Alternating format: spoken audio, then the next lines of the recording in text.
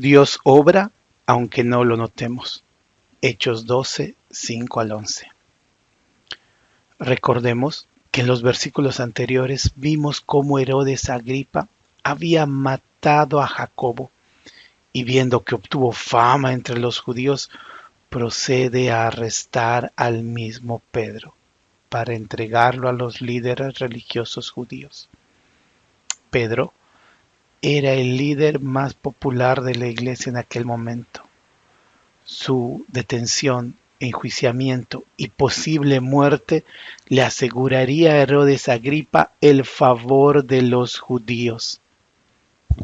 Herodes había arrestado a Pedro en medio de la fiesta de los panes sin levadura y pensaba entregarlo unos días después, justo luego de la Pascua. Hechos 12:5. Así que Pedro estaba custodiado en la cárcel, pero la iglesia hacía sin cesar oración a Dios por él. Acá vemos a Pedro pasando unos días en la cárcel. Me imagino lo que le habrá pasado por la cabeza. Ya habían matado a Jacobo. A él lo habían arrestado en un tiempo similar al del Señor Jesús. Los sentimientos encontrados y los recuerdos seguramente lo acechaban. Por un lado, morir por predicar el Evangelio. ¡Qué gran bendición! Y además, en fechas similares al mismo Jesús.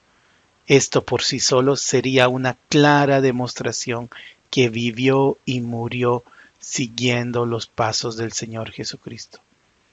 Seguramente pensaba, moriré por mi Señor.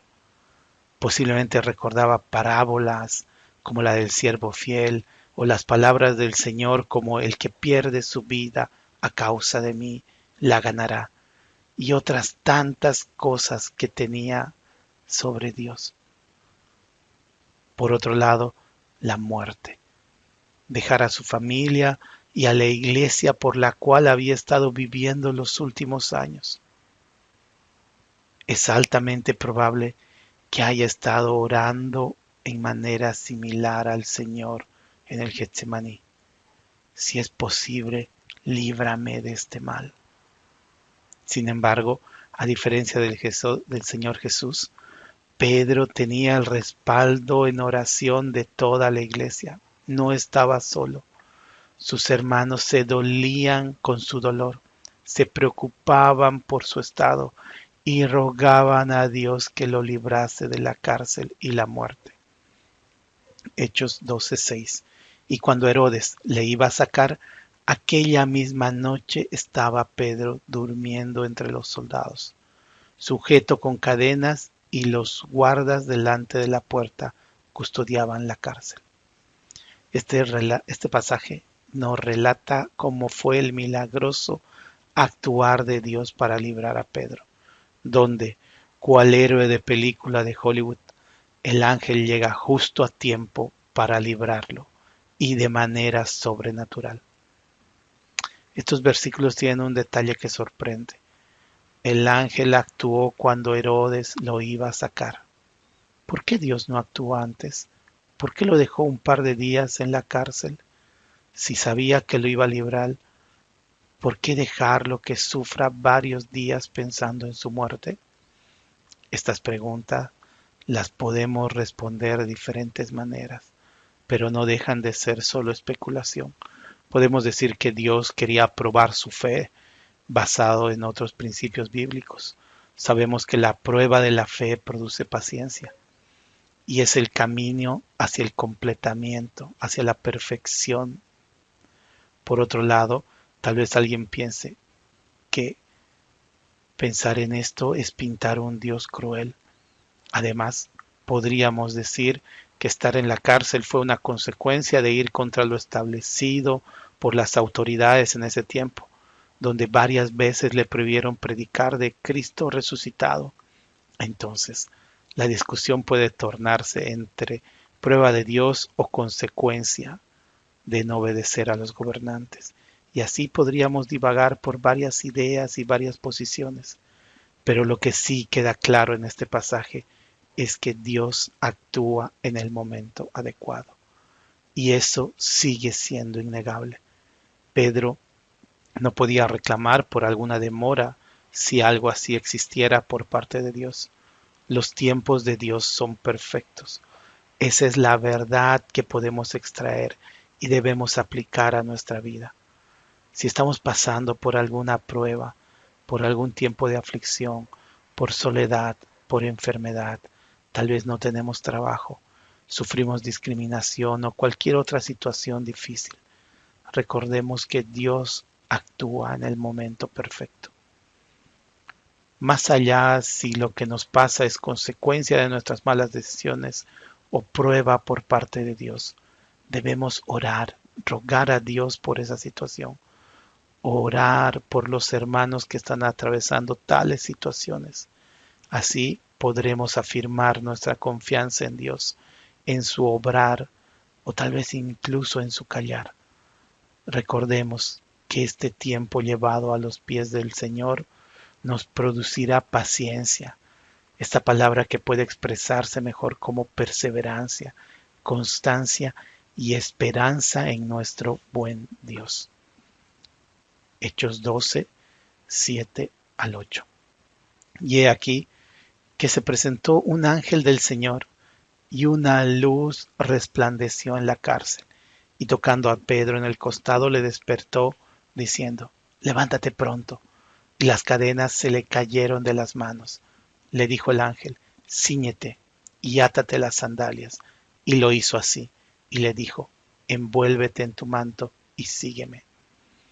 Este versículo nos debe mostrar que Dios, a pesar de ser un Dios sobrenatural, usa su poder para actuar sobre nuestro mundo natural, haciendo aquello que para nosotros es imposible, pero nosotros somos parte del proceso, haciendo lo posible para lograr sus propósitos. Pensemos que Dios, para librar a Pedro, podía haberlo teletransportado directamente fuera de la cárcel, y Pedro se hubiera despertado en su cama, libre y como si nada hubiera pasado. Pero Dios no actúa así. Dios envía a su ángel para despertarlo de su sueño. Eso me hace pensar que a veces nos podemos acostumbrar al tiempo de dificultad, dejar de orar, dejar de intentar, tanto que podemos quedar estáticos e incluso hasta cómodos. El pasaje no aclara si Pedro dormía porque estaba confiado en la liberación del Señor o porque estaba resignado al juicio que venía. Pero sí podemos resaltar que cuando el ángel despertó a Pedro y le mandó que se alistase para seguir su camino, Pedro se levantó enseguida y se rompieron las cadenas. Acá vemos a Dios haciendo lo imposible, romper las cadenas, para que nosotros hagamos lo que Dios nos manda. El ángel guió a Pedro a través de toda la cárcel, pasando por la primera y segunda guardia, abriendo la puerta principal de la cárcel, que era de hierro reforzado, para luego acompañarlo un poco más y dejar que Pedro siga el camino sin la presencia visible del ángel. Hechos 12:11. Entonces Pedro, volviendo en sí, dijo: ahora entiendo verdaderamente que el Señor ha enviado su ángel y me ha librado de la mano de Herodes y de todo lo que el pueblo de los judíos esperaba. Pedro había experimentado esta liberación milagrosa sin saber si era un sueño, una visión o si realmente estaba sucediendo. Había sido librado del inminente juicio, de la posible muerte. En nuestro tiempo podemos pensar que este tipo de manifestaciones milagrosas de la fidelidad de Dios ya no suceden, pero afirmar tal cosa sería equivocado. Posiblemente hayas escuchado testimonios de ángeles que protegen y acompañan a los cristianos, especialmente cuando estos están predicando el Evangelio en lugares remotos y con gran oposición. Pero en nuestro entorno, donde tenemos libertad, Dios ahora responde a las oraciones con otros hermanos. Dios responde con personas. Y es así como opera la mayor parte del tiempo nuestro Señor. Nosotros somos sus representantes en la tierra.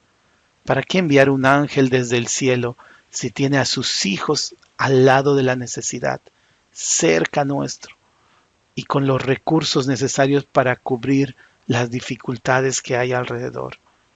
Entonces, Dios responde con personas. Tú eres la respuesta de Dios a la oración de alguien. Tú tienes los recursos que Dios te ha dado para que Él muestre su poder sobre la dificultad de otro, sobre las cosas que duelen alrededor.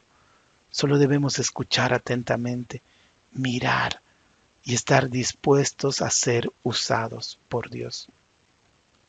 En primera instancia, el soporte, el apoyo que recibimos y que damos a los demás puede no parecer ser parte de Dios. Solo parece un signo de empatía y solidaridad con otro. Podemos pensar esto, pero al igual que Pedro comprendió al final que fue Dios que envió su ángel, la persona que sea apoyada, al ver que no pedimos nada a cambio, que no lo hacemos para alimentar nuestro ego y que damos la gloria a Dios con el acto, entenderá lo mismo. Dios actuando por medio de nosotros. Hermanos, no dejemos de orar por nuestras dificultades, por las dificultades de los otros hermanos y por los problemas de nuestros amigos. Pero sobre todo, seamos la respuesta a esas oraciones.